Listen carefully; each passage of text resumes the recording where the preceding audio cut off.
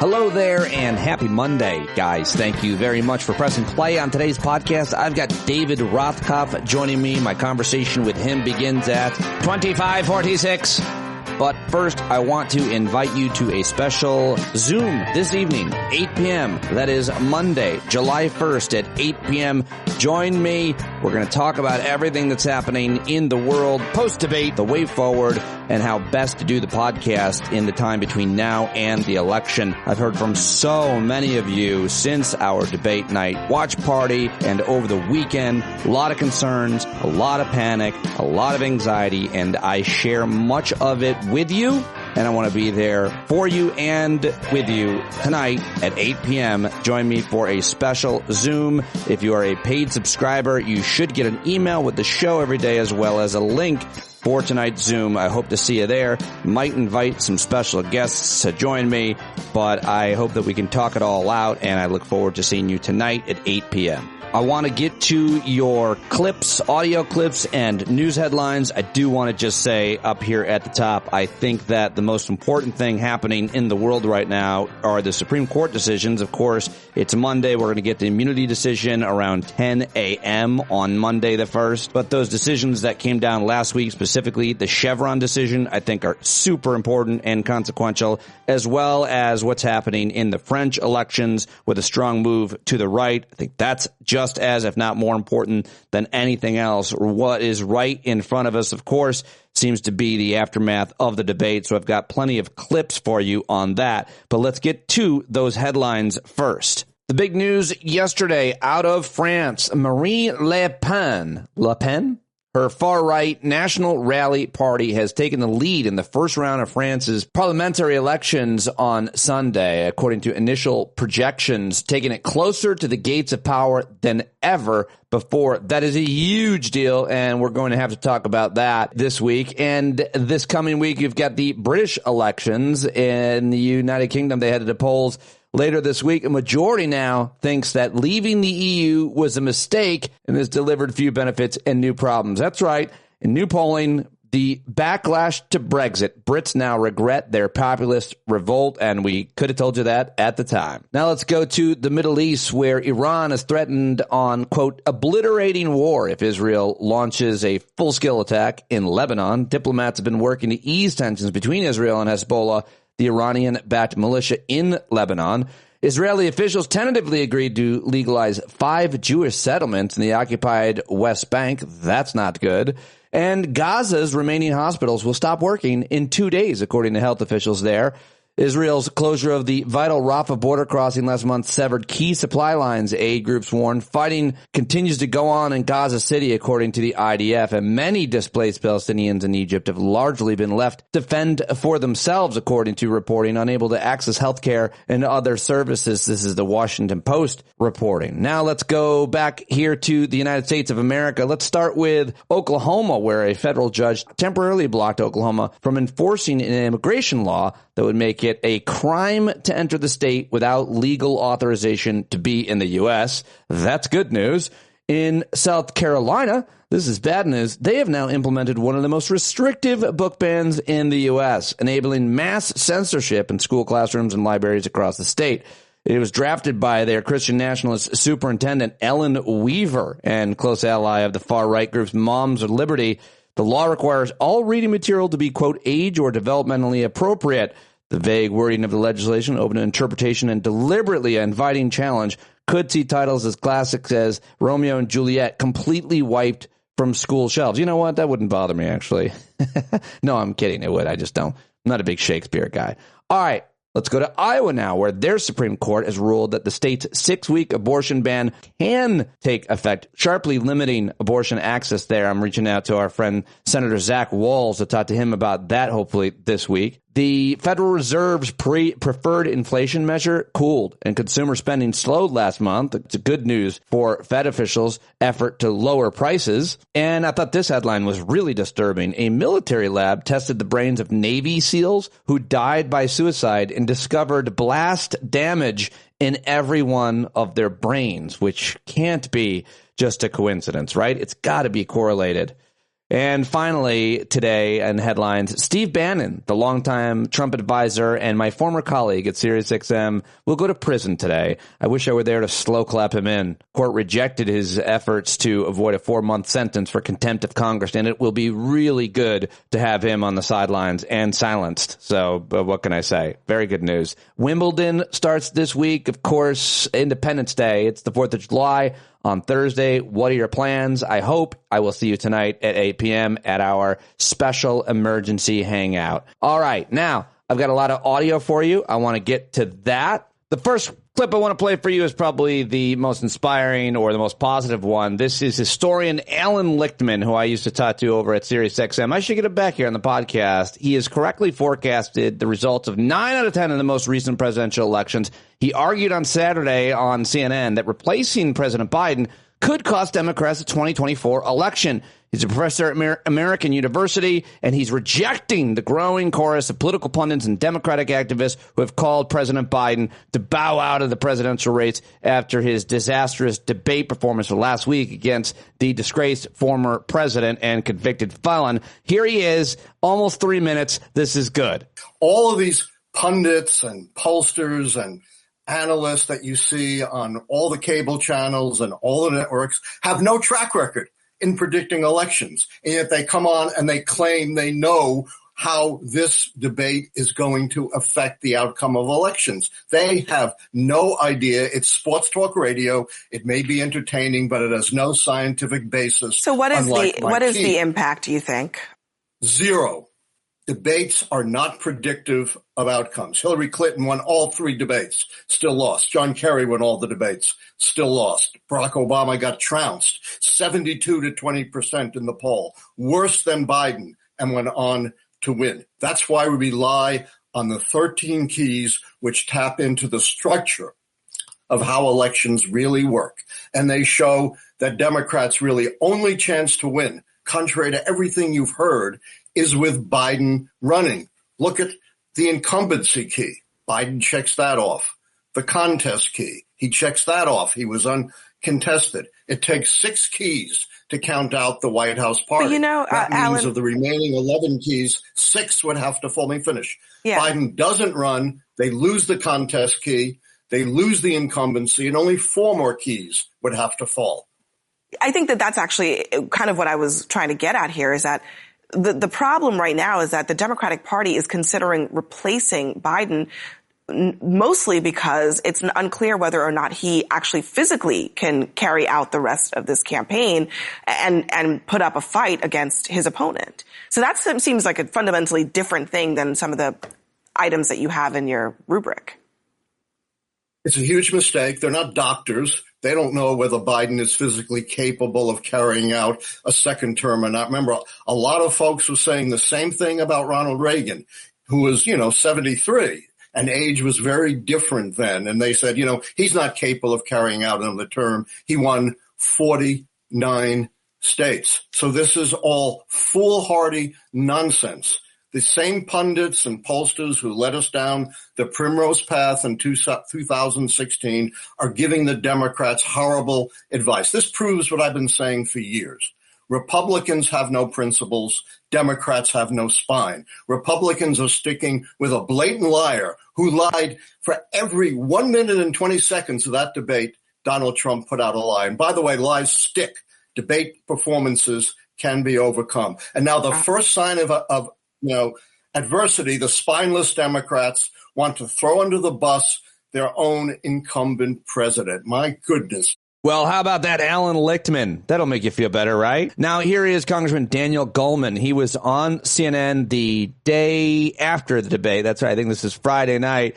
And on the network that hosted a debate and criticized the moderators to Anderson Cooper's face. I liked. He is blatantly mischaracterizing the disaster that was his presidency, and that got a lot of attention and didn't get a lot of pushback. No. But let's have another debate where actually the moderators will push back on Donald Trump's lies. He intimidated your network, unfortunately, and there was no pushback. He was given free rein to just lie as much as he wants. And that's not helpful to the American public either. Yeah. Yeah. Yeah. Give me one more, Coop. Yeah. There you go. Anderson Cooper confirming that his colleagues probably didn't do the best job. At least that's what I read from it. All right, now let's get to another Democrat. This is Senator Raphael Warnock of the state of Georgia. Of course, he was on NBC News Meet the Press with Kirsten Welker, apparently back. Her hometown paper, the Atlanta Journal-Constitution, has joined the list of newspapers calling for him to drop out. Do you think President Biden should drop out of this race, Senator? Oh, absolutely not. You know, they say if it's Sunday morning, it's Meet the Press. I'll tell you as a pastor, it's for me, it's church time.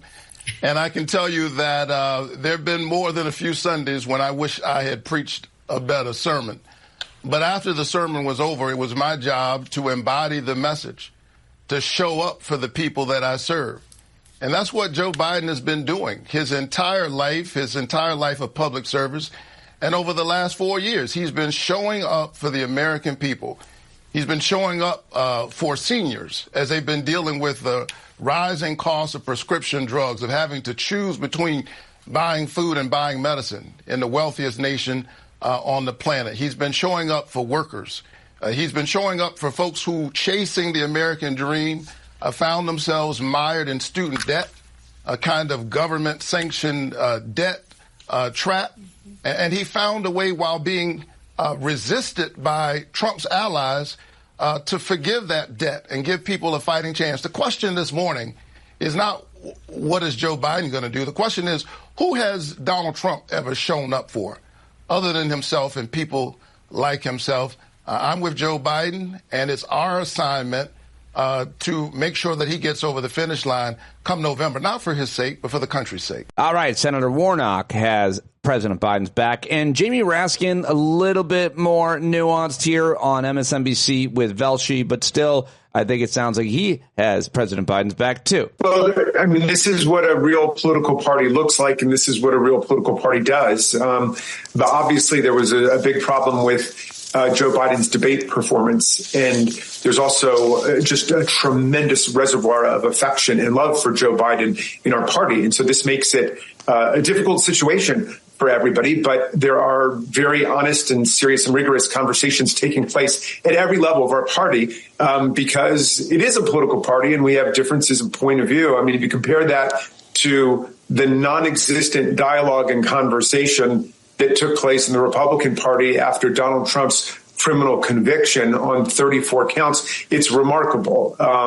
And so we're having a serious conversation about what to do.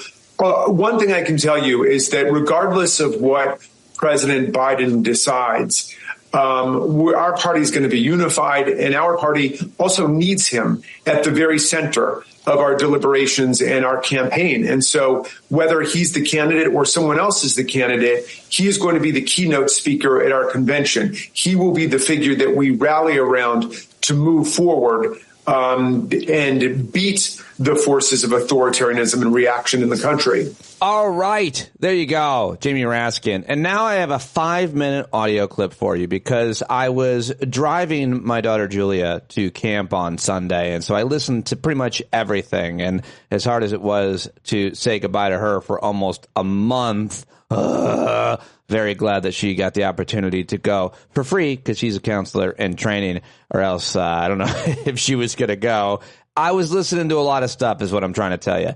And I did listen to the Pod Saves America guys. I don't listen very often, but I thought this was interesting. I saw and heard about this live show that they did in Boston. And so I listened to the first half of it. And Tommy Pfeiffer, is that his name? Dan Pfeiffer. Yeah, Tommy Vitor, Dan Pfeiffer. Dan Pfeiffer and Jon Favreau here have this conversation where Dan Pfeiffer explains how it technically works. People brought this up at our Hangout Thursday night. We needed someone to explain this. This is as good of an explanation as I've heard, which is why I wanted to include all 5 important minutes of it. And then you'll hear me on Australian morning television, and we'll get to my conversation with David Rothkopf. But I think this is a great, helpful explainer, the best one I saw. If there's something better out there, if there's more details needed, then we can find that as well. Oh, yeah, I also have a clip of Bill Boyle coming up. I asked him to weigh in on with his thoughts. But first, it's Jon Favreau and Dan Pfeiffer at the Pod Saves America show in Boston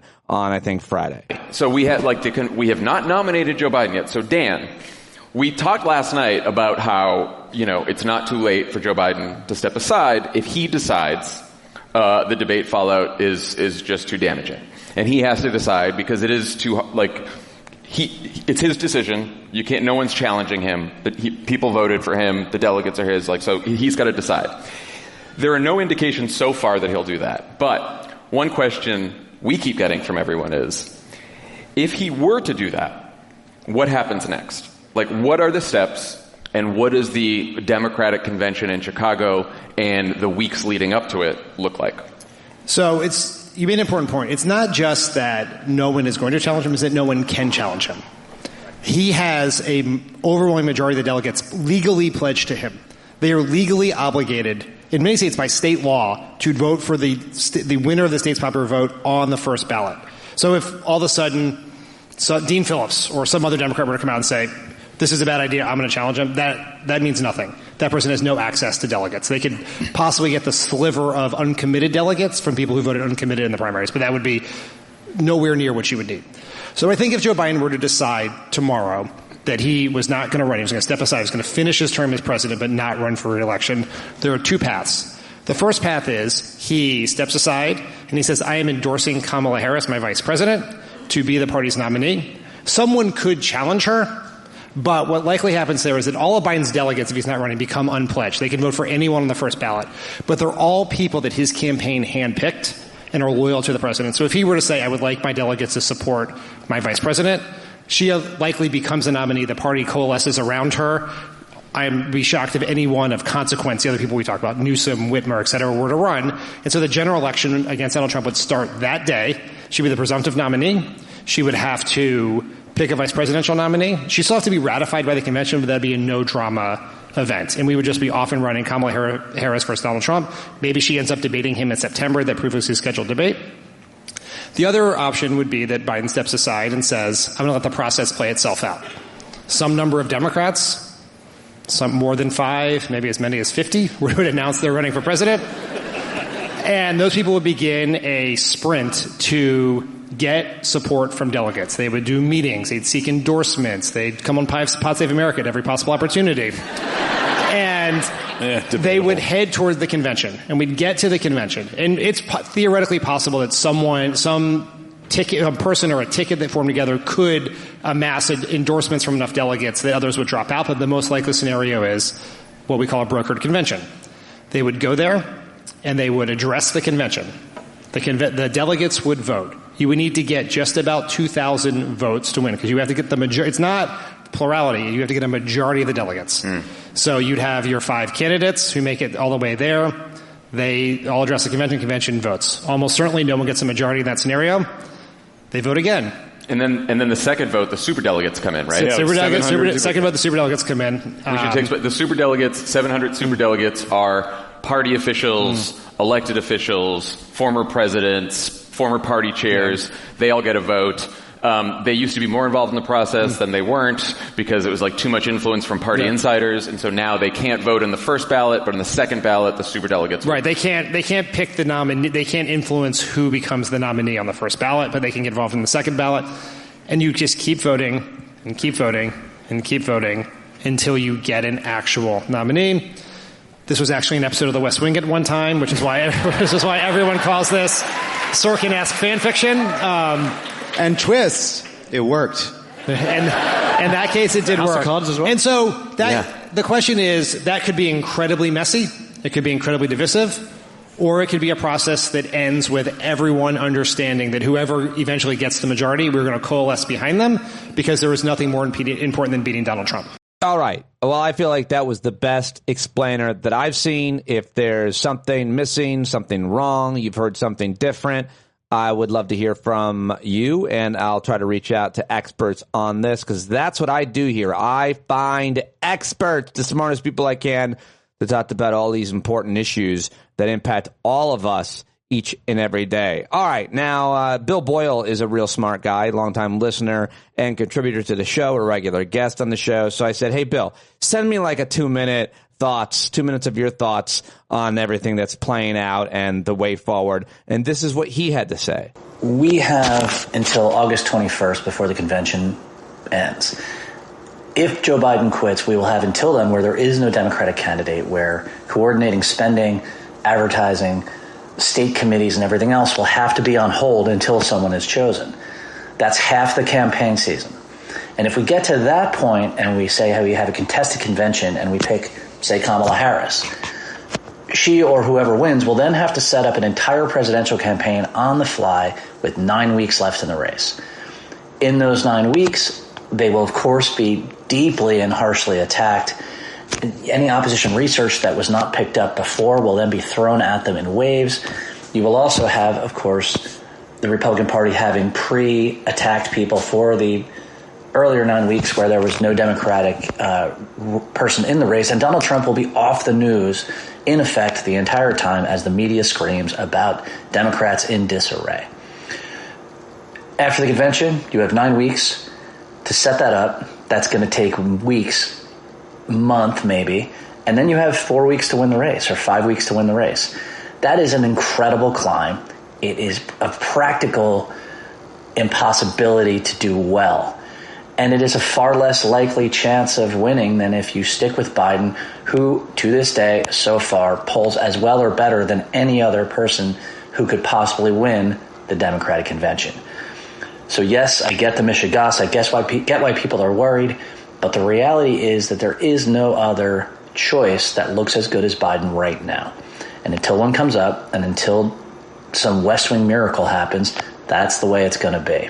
Cheerio. All right, Bill Boyle with 2 minutes of an explainer. I thought that was helpful. And I don't know, this isn't anything you don't know, but I always love going on with my best friend David Campbell as co-anchor Sylvia on the Today Show down in Australia, where he is the co-anchor. They invited me on to explain what the hell's going on here. And, well, I just thought it might be fun to include this 3 or so minutes on Australian TV yesterday, their Monday, our Sunday evening. Biden campaign is this morning in damage control following the fallout from the disastrous US presidential debate, where President Joe Biden struggled to stay on track, occasionally stumbling over his words. For more, let's go to Yikesville, USA with Pete Dominic now, who's a commentator on all this. Pete, how did America respond to that debate?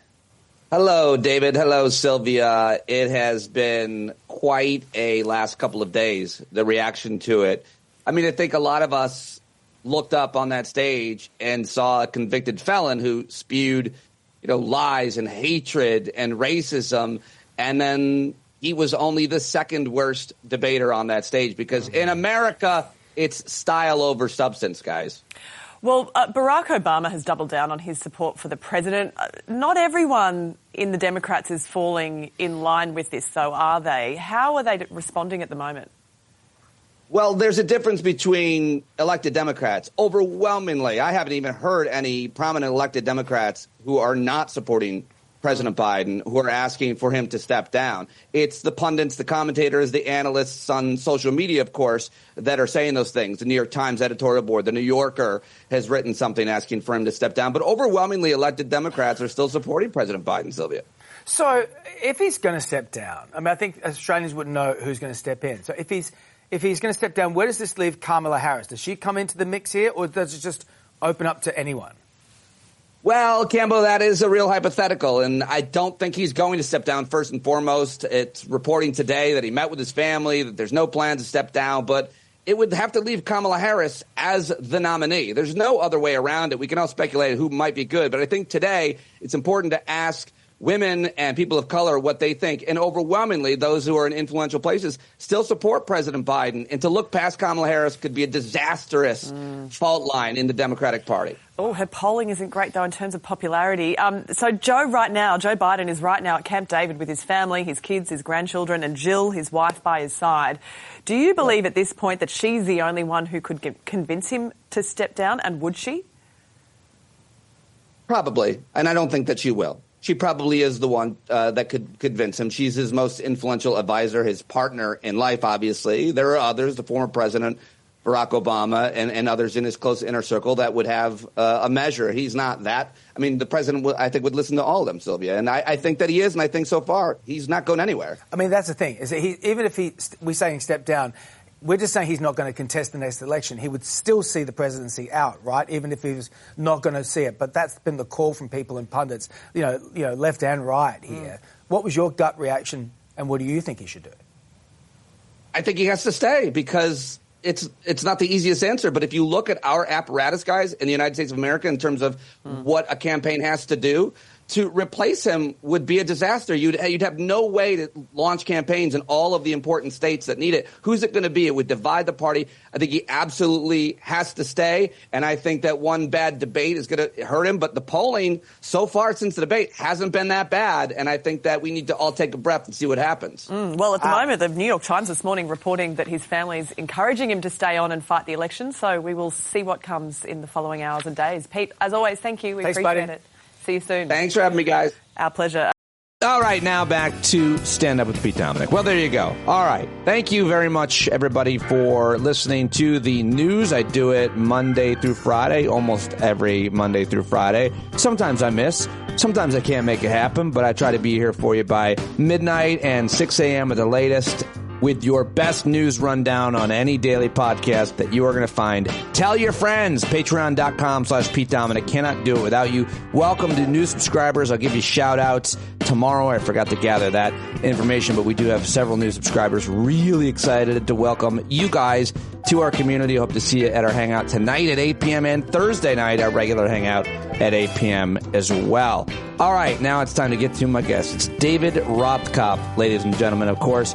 He is of Deep State Radio. He is of The Daily Beast. He's got a great new Substack that you should subscribe to called Need to Know. And, of course, always follow him on social media, especially Twitter, at DJ Rothkopf. We caught up on Friday, the day after the debate, Friday afternoon, and Rothkopf thinks that Biden should step aside, at least he did on Friday afternoon, and let Kamala Harris step up. He's a huge supporter of hers, and while I'm not sure I agree with this, I don't know where I am on this. As long as Biden's staying in, he's staying in, and I think Rothkopf agrees with that as well, so I don't think we're too far off. But we talked about that, of course, the Supreme Court decisions, and more. He's always a great guest. I'm always really happy to have him and his perspective. Listen to Deep State Radio and listen to my conversation with David Rothkopf right now. And you've been Rothkopfed, everybody. We were talking about you last night post-debate because I was reading your tweets, and I was shocked at some of what I was seeing. So I appreciate you joining me today to talk all about it. Did you stay up late? You already taped a podcast? Really late. Really late. Wrote 2 articles, did a podcast, did several. I've done like 4 podcasts. And, I'm just sort of caught up in the maelstrom of freaking out over last night's debate. And also today's and this week's Supreme Court decisions. Can we start there a little bit? Oh, yeah, absolutely. Those are pretty awful. The debate obviously is extremely consequential. We're going to talk about it. You've written about it. But a lot of people are saying, regardless of who is president, this decision specifically on what's called the Chevron case is more consequential for more Americans probably than almost anything else. How are you reading it, seeing it, hearing about it? I rank it right up there with some of the worst decisions of the court over the course of the past 20, 25 years. It is up there with Citizens United. It's up there with Dobbs. It's up there with Shelby County, which took away voting rights. It's up there with some of the gun decisions, because essentially what it does is it says the federal government shouldn't be regulating our air, water, drugs, health, so forth. But let's let judges do it. And judges aren't qualified to do it. And the whole purpose of the case, its presentation, how we got here, is that the right wing for a long time has been trying to dismantle what they call the administrative state. And the reason that they say they want to do this is efficiency or freedom or some kind of bullshit. But the reality is, of course, what they want is greater profits for corporations. And if you get rid of regulations, what happens? Get greater profits for corporations. And they don't want people messing with, their business just because, it's poisoning a river or poisoning the air. And they want, courts, particularly courts where you've got kind of right-leaning judges, to be the ones making the decision. People will die because of this. Not a few people. Thousands of people will die because of it. People will suffer. people will be ill. We did a podcast today on the DSR network with Norm Ornstein and Kavita Patel following up on the debate. But Norm and I had a long conversation about this, and he went into some detail. And one of the things he pointed out was, say you have a pandemic. Essentially, it ties the hands of the federal government in saying, well, you have to take this drug or, that kind of thing. It's a catastrophically bad decision. Yeah, it would seem when thinking about agencies like EPA and FDA, SEC, which they also hamstrung on a decision this week, people don't know what the federal government does and what all these, quote, bureaucrats do. You do. You wrote a book, your last book, about how many of them saved the republic. Is it a republic, a democracy? I don't know. But it sounds like you are pro-clean air. Stop it. Stop with the right-wing bullshit. We are a republic and a democracy. It's not either or. Sir, first of all, I feel unsafe with the tone that you're taking, and I think that you seem anti. You're pro clean air and clean water. Then, I am. I don't want additional ingredients in my water or my air, and I am also pro a government that recognizes it has a responsibility to ensure the welfare and safety of the people of the country. Right. And one of the ways it does that is by regulating activities from within the country by people who are doing bad things. And I don't trust judges to make those decisions. I want experts making those decisions. And I know that's elitist, and I want to have a doctor making decisions that have to do with medicine and a climate scientist to have to make decisions that have to do with climate. I get it, but that's my prejudice. Well, there are agencies like the National Transportation Safety Board and the FAA. And I mean, should we be concerned also about travel and things like that as well? They can't tell. A judge should be making the decision about roads and bridges and air travel. Yeah, no, I'm sure that there's no chance of anything bad happening there, especially since they had a decision earlier this week that makes it harder to prosecute people for being bribed. The chutzpah of these guys, of Clarence Thomas, saying, if you give the person the, quote, gratuity after they take an action in your favor, and there's no written or explicit quid pro quo, it's okay. If you just buy the guy an RV, but you don't say, I'm buying an RV in order to get you to vote this way on a case, have at it. The chutzpah. You don't think we should be able to buy Supreme Court justices recreational vehicles? Well, I know, again, this makes me sound narrow-minded, but no. So let's talk about the debate, unless you want to mention anything else about the court.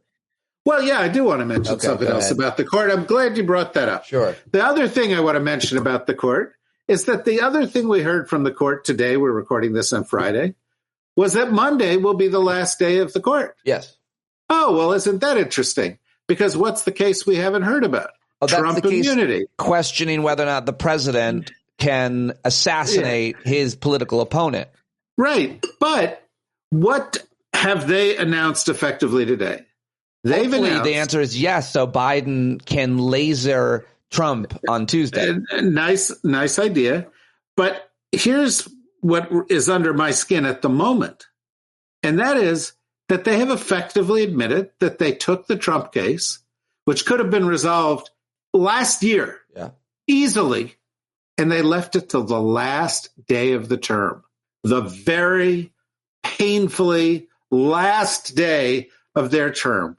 So if you thought, well, maybe they're delaying, they could have covered it up. They could have done it 3 days ago. Oh, sorry. Well, we had a lot of stuff. And it was like, it was in the welter of things at the end. No, it's the last fucking case they're doing.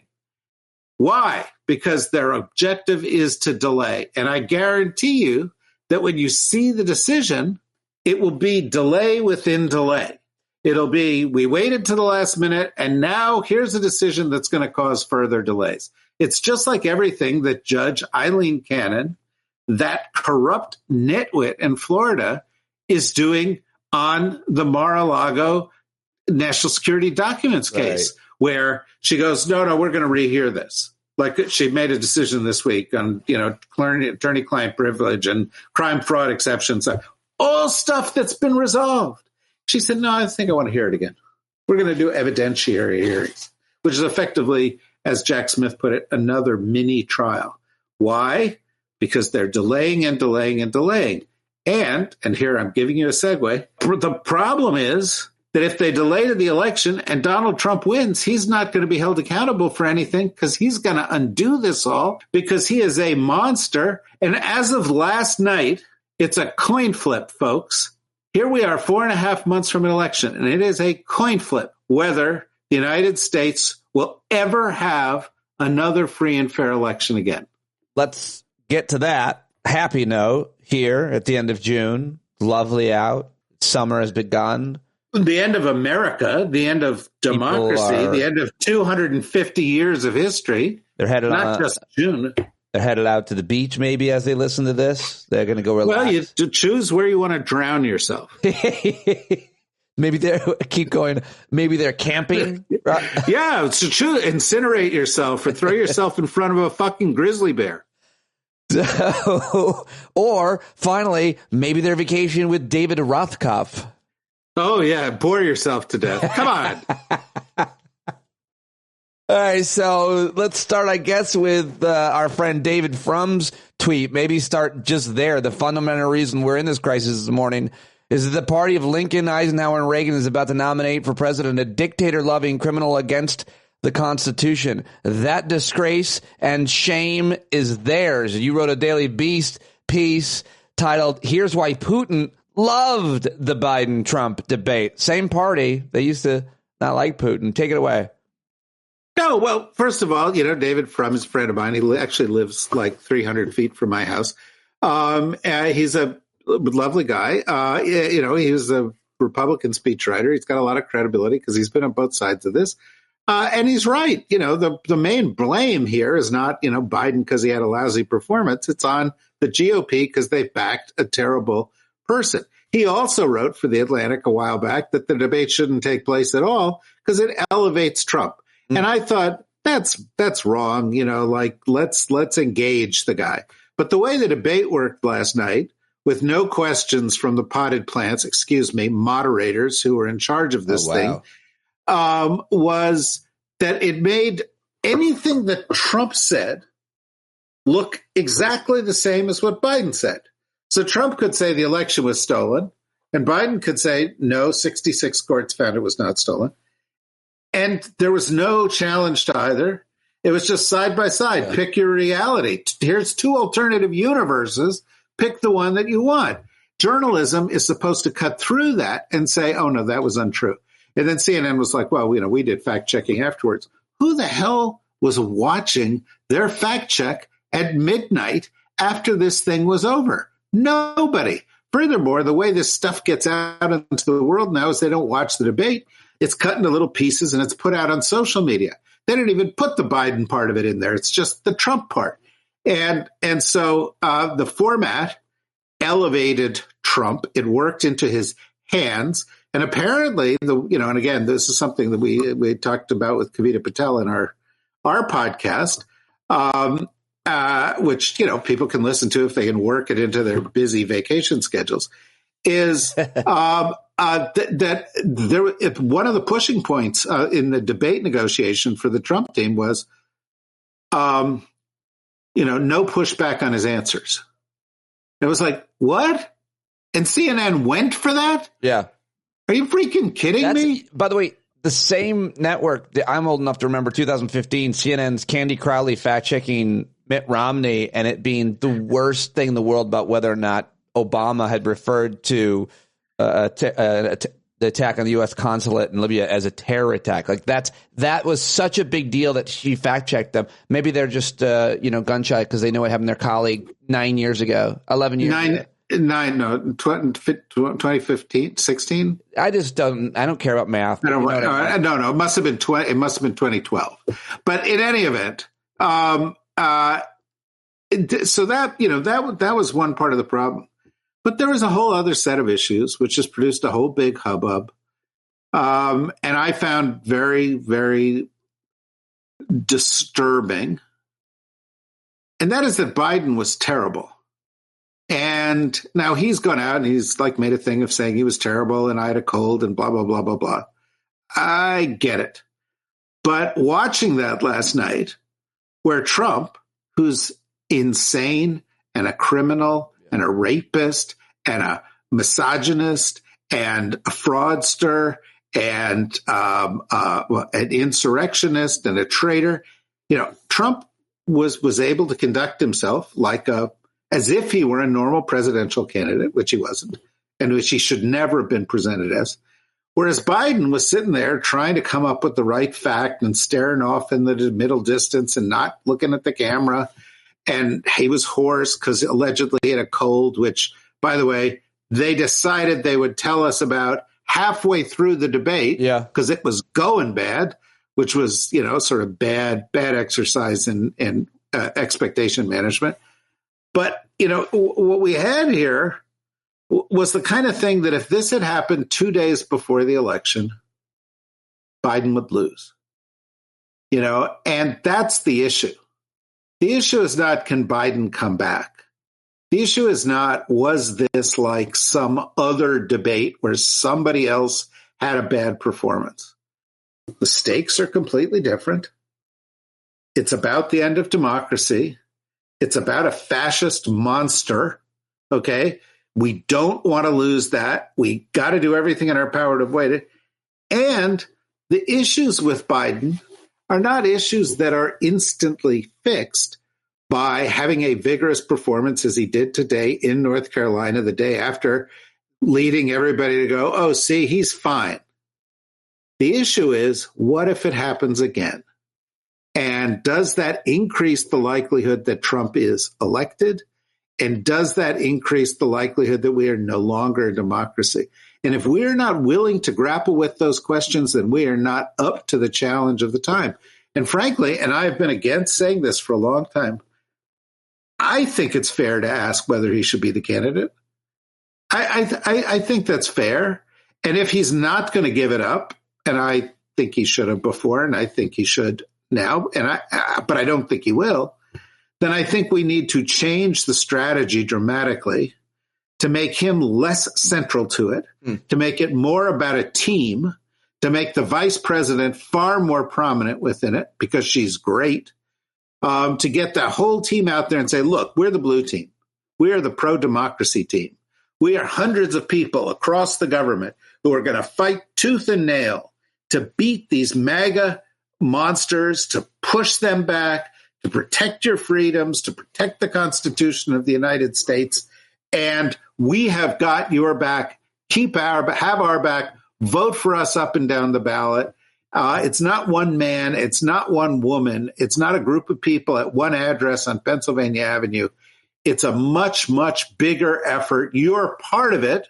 You will play your role in that effort by going to the voting booth. I think we need to depersonalize this campaign. And I'm sorry, people say, oh, you're running away from Joe Biden. No, I'm trying to make sure we win. Well, if the question is winning, and that's the most important thing, and it would seem that based on your piece at the New Republic and your writing in support of the vice president, consistent writing in support of the Vice President Kamala Harris, you think that she should be the nominee. The title, at least, the New Republic is, it's time Biden needs to say to Harris, it's your turn now. And you give him all the credit that he deserves, President Biden, for his record, but turn to Kamala Harris. If you say we need to win, how can a woman win a presidential election in America, much less a black woman? And if not her, who? Okay, well, how can a black man win a presidential election in racist America? Well, Barack Obama did. And how can a woman win? Well, Hillary Clinton got more votes than Donald Trump by a considerable margin. So a woman can win. And that was 8 years ago. And a lot has happened. You know what happened in that interim period, which seems to get unnoted by the people who note these things? A woman was elected vice president of the United States, which has never happened before. And that's Kamala Harris. So she could certainly win. I think a lot of people expected that when Joe Biden took office, because of his age, because he would be 82 this year, they thought that what he'll do is be a one-term president, He'll surround himself with the next generation of leaders. He will do the best job he can. And then he will say, now is the time to pass the torch to a new generation of American leaders, much as John F. Kennedy once said, we are now taking the torch for a new generation of American leaders. And had he done that with some grace and with some preparation, we would be in a better place than we are right now. Right.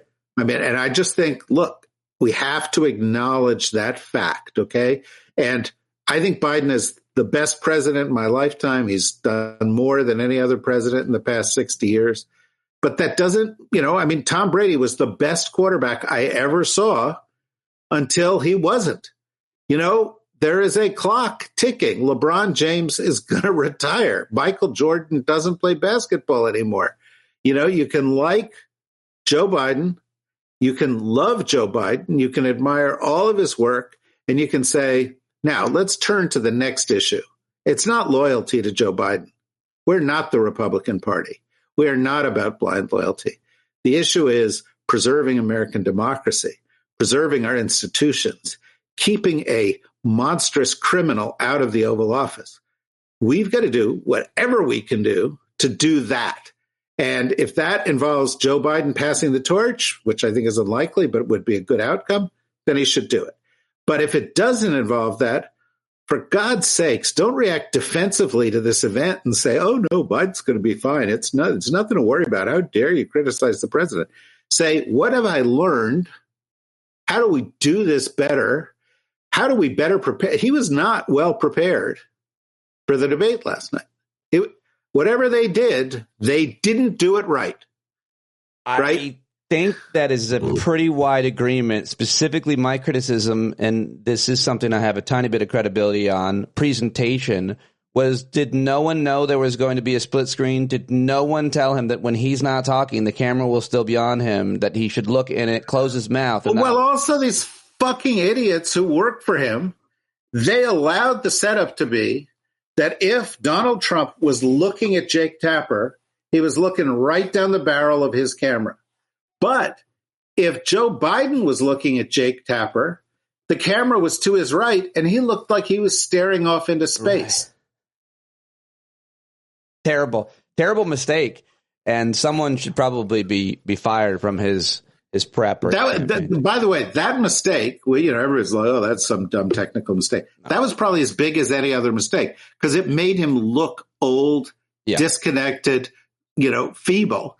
And if they just changed the camera angle, if they had only daubed the sweat off of Richard Nixon's upper lip, there might have been a different result in the election. People think that if I wore more ball caps, the podcast would do better. I think that's a good idea. So how does it look? What would it look like? I mean, the argument is he would have to step down himself. You can't force him out, right? Everybody. You're an insider. You can't force him out, really. It'd be very, very hard to do. There's not enough time to do it. There are a bunch of other issues. Basically what would have to happen is that Jill Biden would have to go to Joe Biden and say, Joe, let's go to the beach. What a run you've had. What a hero you are. Let's start working on the Biden Presidential Library. We're going to do X and Y and Z. There'll be an ice cream wing. Whatever the fuck they want to, somebody close to him would have to say it. They're not going to say it because there is a group around Biden who depend on Biden. And I hear, these are friends of mine, some of them, and they're not going to like hearing this. And I'm sure they listen to your podcast. Well, this is the part I'll definitely put out on Twitter and hope that everybody boosts it. Fine. Never mind. But there are people around Joe Biden who depend on Joe Biden for their jobs. Yeah. And if any other Democrat were the president, they wouldn't have the jobs they have. Right. And so they're like, oh no, we got to be strong here. As a matter of principle. That is that is a case people made about Senator Dianne Feinstein and several other people who, kind of outstayed their welcome. If you tell the truth to a certain extent, you're going to lose your job. So it's in your interest to keep this guy in the job. It's true in the private sector. It's true, a lot of things. And it's and by the way, and we're trying to do self-analysis because that makes us better people. You do it. I do it every day. How can I be a better person? we must do that with our candidates as well. We must ask what we've done wrong. And one of the things these guys have done wrong because of their love and protectiveness of Joe Biden is they've kept Kamala Harris down. They've kept her out of the limelight. They've kept her away from the center. They've kept her from being the level of person she can be. Now, recently, they've let her out a little bit, and she's done great. But imagine how much different the conversation would be right now if we had spent the past 3.5 years with a concerted campaign to give people deep and abiding confidence in the ability of the vice president to lead. It would just be a different story. You wrote a piece for the Daily Beast. Here's why Putin loved the Biden-Trump debate, where you said if Vladimir Putin got up early to watch the U.S. presidential debate, he might have called for a bottle of champagne to go with his breakfast. It's impossible to imagine that Putin would not have loved what he saw and heard. His candidate had a good night, I guess. Is that what you're saying? It's not just his candidate. It's his agenda had a good night. Right. He believed, Nikita Khrushchev said, we will bring you down without firing a shot, right? We will destroy you from within. And it's happening. It's happening. That's what Donald Trump is. He is the destruction from within that Nikita Khrushchev predicted Russia would wreak on America 60 years ago, right? 70 years ago. Now, there's a big agenda there. If Donald Trump wins, Putin gets Ukraine. Donald Trump hemmed and hawed around the answers about Ukraine. It's very clear where he is. He blamed the war in Ukraine on Biden, not on Putin. He said all the Ukrainians who died defending their country died needlessly. He said he would solve the problem between Election Day and before he took office, which, by the way, is illegal. But let's set that aside for a second. He essentially did Russian talking points.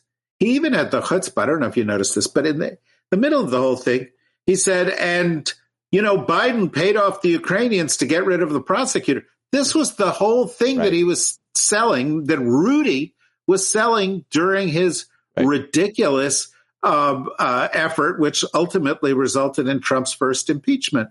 But there was not a lie that Donald Trump has ever told that he didn't repeat last night.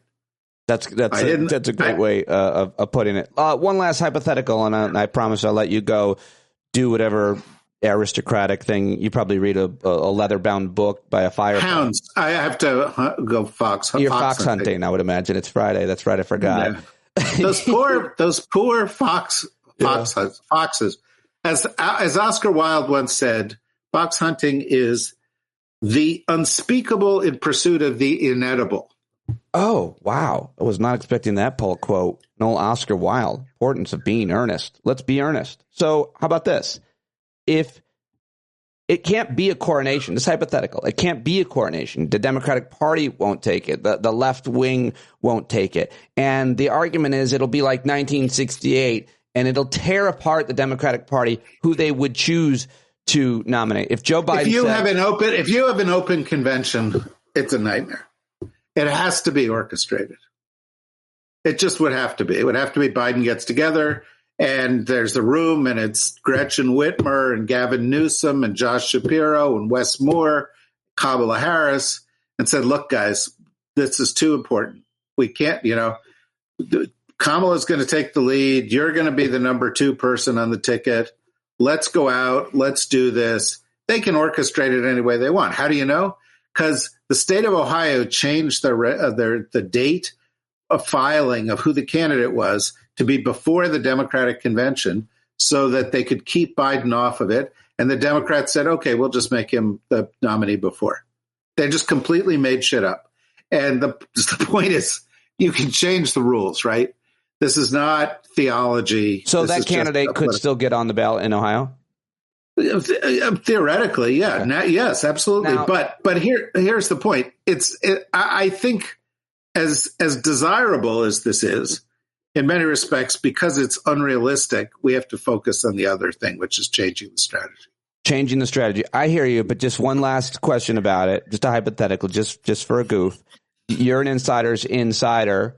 Are is anyone that you know of, has there been phone calls made by Gretchen Whitmer, Gavin Newsom, or cutouts to them, people representing going, hi, how are you? Is anybody vying? Not to my knowledge. I mean, there may be people in the Hill or people who are donors who are like, would you do this or whatever, and they're freelancing. It's all bullshit. Biden wants to stay. People around Biden want him to stay. Democratic leadership so far wants him to stay. Dems are rallying around him. Unless in the next week, his poll numbers crater for some reason, or there's some other issue. For some reason, his debate performance, I think, would be the reason. Well, that could be. But I'm just saying, if for some reason you all of a sudden thought, oh, shit, we're bleeding out, then you might get something. But if they think that they can cauterize the wound with a few public appearances, get him on 60 Minutes, get him on the Today Show, get him to, do, I don't know, do they still do MTV votes? Whatever they do, get him to do it. And then everybody will say, oh, look, he's so vigorous. And oh, my God, he was pumping his fist like crazy there. And he should be president. Yeah. Then we're not going to do this. And we're not going to be addressing the core issue. Is the election campaign is 4.5 months long. Is there going to be another debate? Yeah. Oh, yes. You think it happens? I'm sure it will happen. Okay. You brought up one more quick question. How much will that debate performance last night affect donors, both small donors and the big timers? I don't think it'll have a major effect. I still think the reason people are donating money to the Democratic Party is because, the Republican candidate poses an existential threat to the United States and would be a disaster for the U.S. economy. And, that's why we had a podcast earlier this week with Jeff Sonnenfeld of Yale, who runs a big CEO organization, and he wrote a Times column about this. And zero Fortune 500 CEOs have come out in favor of Trump. Yeah. Now, there's a reason. There's a reason for that, right? The reason for that is they think he would be a disaster for their bottom lines. Right. Well, speaking of bottom lines, you've given us many. A lot to think about. I don't know. I had no segue for that. I don't know what I was supposed to say at a bottom line. I had nothing. I really bummed, but I tried, and that's all that matters. Your listeners are used to it. Thank you so much. They always love when you join us. They say they get a lot of laughs during the darkness, and we gave them today. Thank you very much for talking to me, as always. I'll go plug everything that you're doing, and you probably deserve some sleep because you did a lot in the last 24 hours. Thank you for joining me. Thank you very much. All right. David Rothkopf. Man, I love our conversations. That got absurdly funny at points to me when he was exasperated. People always say that they like our interactions and our charisma or our chemistry, I should say. And I do too. I appreciate those who recognize it. We have a great give and take. There's a great, I set him up and he knocks it out. And he plays and I love it. I love it. All right. Well, if you agreed with his insights, by all means, let him know. And if you didn't, let him know. I always appreciate we get his smart take on the show, and I'll continue to get a lot more throughout the week. That's what I've got for you today. I hope you appreciate it. If you did, write a rating and review on Spotify and iTunes. Subscribe on TikTok. Subscribe on YouTube. Write me an email, standupwithpete@gmail.com. Seriously, write me an email. Send me your vitamin N photos. Get outside, take pictures of nature. No man-made objects in them. That's the only rule. It could be a bug, a flower, a mountain, a sunset, you name it. Send it along. standupwithpete@gmail.com. Go buy Jon Carroll's theme song that he's written for us, johncarroll.org. He's won Emmys and Tonys and Grammys, and you name it, all the awards. I always mess it up. He's a great music songwriter, singer-songwriter, and we love him so much. Go buy it. I'll talk to you tomorrow. And I hope to see you tonight at tonight's special emergency 8 p.m. Eastern. Start making sense and you stand up. No need to point your rifle to defend your town. Just stand up. You know they can't deny you what you're laying down. Oh, you better stand up. Show your face of every color. black, red, and brown. She's the place where every lost child will finally be found. There's only one thing to do before we stand our ground, and that's stand up. Stand up. Well, the founding fathers saw a land for all. They had to stand up. They had to stand up. They had a keen imagination for a crystal ball, drawing all the plans of a stand up. But all they had to go on was the time they were in, with other causes for laws, and since they weren't even sin, they knew that change was gonna come before the change could begin. They had to stand up. All right, they had to stand up. We got to stand up. We got to look the devil square in the eye. We gotta let him know it's his time to go, and make it clear when all we hear is a lie. Why you lying awake wondering where the money all went?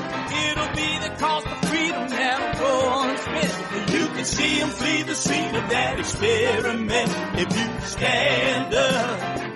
Alright, we got to speak up, we got to reach up, and raise your voice in every way you know how. Don't be toes up, you got to show up. Ain't no better time to do it but now. No need to pledge allegiance to no wanton tribe. Rise up, show obedience to the voice inside, and listen well and it'll tell you not to run and hide. It says stand up. Stand up. Oh, got to stand